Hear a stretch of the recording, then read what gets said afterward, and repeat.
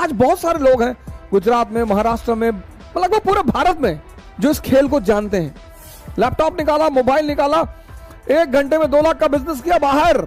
इस वीडियो को देखने के बाद सोलापुर के विश्वनाथ ने सोचा कि अगर इतने सारे लोग स्टॉक मार्केट में 1-2 घंटा देकर लाखों रुपए कमा रहे हैं तो मैं भी ट्राई कर ही लेता। जिसके चलते उसने ट्रेडिंग के कुछ कोर्सेस लिए और अपनी जो 1 लाख रुपए की एफडी थी HDFC बैंक में, उसमें से पैसे निकालकर उसने एक्टिवली ट्रेडिंग करना शुरू किया। इंटरेस्टिंगली पहले 3 दिनों में ही उसने एफडी के रिटर्न्स को बीट कर दिया, जिसके बाद उसको लगा कि अगर मुझे 6% रिटर्न्स के लिए जहां पर 1 साल रुकना पड़ता है, वही 6-7% रिटर्न अगर मुझे 3 दिन में मिल रहे हैं तो शायद यही मेरे लिए एक बेटर ऑप्शन है। जिसके चलते उसने और एक्टिवली ट्रेडिंग करना शुरू किया और जल्द ही उसे 21,000 रुपीज़ का प्रॉफिट हुआ।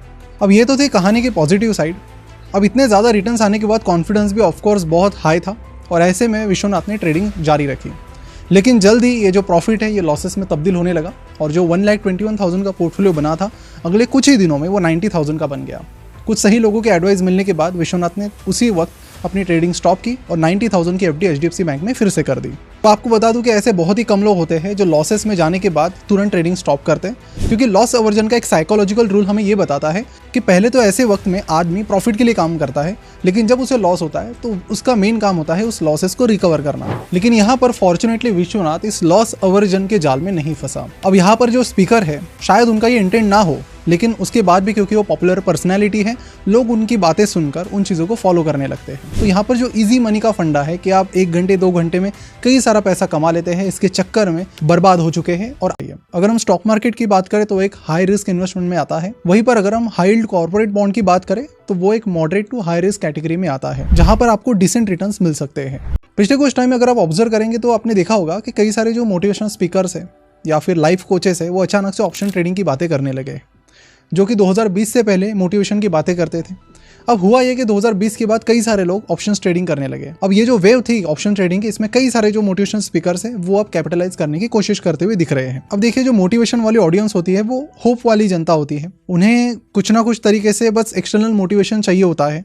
और ऐसे में जो यंग लोग हैं, अब अगर इस ऑडियंस को हम देखें तो यंग लोग होते हैं जिनको बाहरी दुनिया के बारे में ज़्यादा नॉलेज नहीं होता है।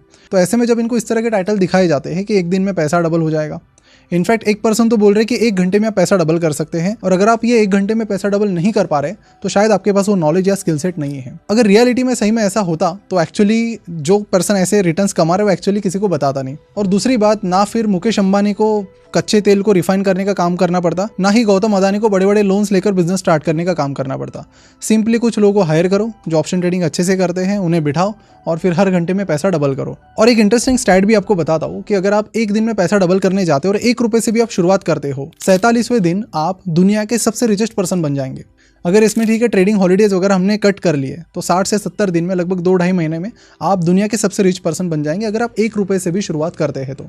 ये रियलिटी है पैसा डबल होने की। और अगर आपको बता दूं कि चीज़ें इतनी ही ईजी होती तो इंडिया में ना बॉन्ड मार्केट चलता, ना ही बैंक्स चलते। अब यहाँ पर होता है कि ऑप्शन ट्रेडिंग की पॉजिटिव चीज़ों के बारे में तो हर कोई बात कर रहा है, उसकी नेगेटिव साइड के बारे में ये लोग बात नहीं करते हैं। हर कोई बात करता है 1 घंटे में पैसा डबल, 2 घंटे में पैसा डबल, लेकिन सेबी का डेटा यहाँ पर कहता है कि ऑप्शन ट्रेडिंग में आपकी जो विनिंग प्रोबेबिलिटी है वो सिर्फ 9% की है। तो कहने का तात्पर्य यहाँ पर यह है कि प्रोबेबिलिटी यहाँ पर आपके फेवर में नहीं है। अब देखिए क्या होता है कि यूपीएससी की जो एग्जाम है, जहाँ पर भी प्रोबेबिलिटी बहुत कम है आपके फेवर में, वो आपको एक ही बार क्रैक करनी होती है, लेकिन ऑप्शन ट्रेडिंग में वैसा नहीं होता है। अगर आप लकीली उस 9% में आ भी गए तो अगले बार फिर से आप आओगे, इसकी कोई भी गारंटी नहीं है। और तो ये जो हाई रिस्क का गेम है वो लगातार चलता रहता है। हालांकि ऑप्शन ट्रेडिंग की खास बात यह है कि अगर किसी को भी बोला जाए कि आप मत कीजिए, फिर भी वो शख्स करेगा ही करेगा, और उसको तभी छोड़ेगा जब उसका सारा पैसा इसमें बर्बाद हो जाता है। इसकी एक्चुअल रियलिटी यही है कि अगर कोई यहाँ पर पैसा बना रहा है तो वो फिर स्टॉक ब्रोकर से। तो यहाँ पर हम और ज़्यादा डिटेल में नहीं जाएंगे, बस आपको यही बताना चाहेंगे कि इजी मनी ऐसा कुछ भी नहीं होता है। एक्चुअली इसी चीज़ के बेसिस पर कई सारे और भी स्कैम्स हुए हैं। जैसे कि एक एग्जांपल आपको देता हूँ कि CNBC आवाज़ पर एक शो चलता था सुबह, जहाँ पर आपको सुबह 20 स्टॉक्स दिए जाते थे इंट्राडे के लिए कि आप ये स्टॉक्स हैं, इसमें इंट्राडे कीजिए। हेमंत गही नाम के एंकर थे, वो ये काम करते थे कि चलो ये स्टॉक आज ले लो, आप अगर इसमें पैसा डालते हो तो आपका तुरंत पैसा बन जाएगा। अब होता यह था कि हेमंत गही और उनके परिवार वाले ये स्टॉक्स बताने के 1 दिन पहले ये शेयर्स खरीद लेते थे। फिर स्टॉक्स बताने के बाद जब लोग उसे खरीद लेते थे तब ये एग्जिट कर लेते थे और अच्छा खासा पैसा कमा लेते थे। बाद में ये पकड़े गए, सेबी ने इन पर एक्शन लिया। अब इन्होंने कोई और न्यूज़ चैनल ज्वाइन किया है और फिर से वहां पर भी कुछ उसी तरह की चीजें करते हुए दिख रहे हैं। अब देखिए, ये सारी चीजें दिखाकर शायद वो चैनल पैसा कमा सकता है, घई जैसे लोग पैसा कमा सकते हैं, लेकिन जो एक्चुअल में लोग उनकी बातें सुनकर चीजें कर रहे हैं वो रेयरली पैसा कमाते हैं। CNBC आवाज के एक और एंकर प्रदीप पांडे को भी सेबी ने कुछ ऐसे ही मामले में दोषी पाया और फिर उन्हें भी बैन किया गया। उन्होंने भी कुछ ऐसा ही किया कि स्टॉक रिकमेंड करने से पहले दिन उसे खरीद लेना और फिर जब लोग उसे खरीदेंगे, स्टॉक प्राइस बढ़ जाएगी, तब उसे बेच देना। अब देखिए, इस तरह के शोज और इस तरह की चीजें लोग इसलिए देखते हैं क्योंकि उन्हें लगता है कि शायद पैसा कमाना बहुत आसान है। जो एंकर उन्हें बता रहे हैं शायद वो बहुत ज्यादा पैसा कमा रहे होंगे, तभी जाके वो अच्छे खासे स्टॉक्स डेली बेसिस पर हमें बता रहे हैं। फिर इस स्कैम की जो मोडस ऑपरेंडी है वो टेलीग्राम पर भी चली गई। एक टेलीग्राम चैनल बुलरन 2017, इसने क्या किया कि अपने जो 47,000 मेंबर्स हैं उन्हें ये स्टॉक्स रिकमेंड करता था और फिर रिकमेंड करने से एक दिन पहले खरीद लेता था। सेम मोडस ऑपरेंडी, सेम करोड़ों रुपए छाप लिए। फिर सेबी ने एक्शन लिया और फिर अभी कुछ इन्वेस्टिगेशन चल रही है। अब देखिए, इस तरह की चीज़ों में लोगों के फंसने की संख्या इसलिए भी ज़्यादा है क्योंकि लोगों को इन चीज़ों की रियलिटी के बारे में नहीं पता है और फिर इन्हीं चीज़ों का गलत इस्तेमाल कुछ लोग कर रहे हैं। जैसे कि एक ये यूट्यूबर है, ये यूट्यूब पर कुछ इस तरह की वीडियो डालते हैं जिससे लोगों को ये लगता है कि घर बैठे बिना कुछ किए बहुत सारा पैसा आप कमा सकते हैं। ये जो शख्स है वो करोड़ों की बातें करते हैं, फिर बीच में चैरिटी भी करते रहते हैं, बिल्ली को दूध पिलाएंगे, बूढ़े लोगों को मदद करेंगे और फिर लोगों को ये बताएंगे कि कितना सारा करोड़ों रुपए का पैसा मैंने घर बैठे कमा लिया है और कमा रहा हूँ और आप भी कमा सकते हैं। अब इन जैसे कई सारे लोगों को सेबी कुछ टाइम से ऑब्जर्व कर रही है और सेबी को फिर लगता है कि सारे जो फाइनेंस सिखाने वाले लोग हैं वो कुछ इसी तरह की चीज़ें कर रहे हैं।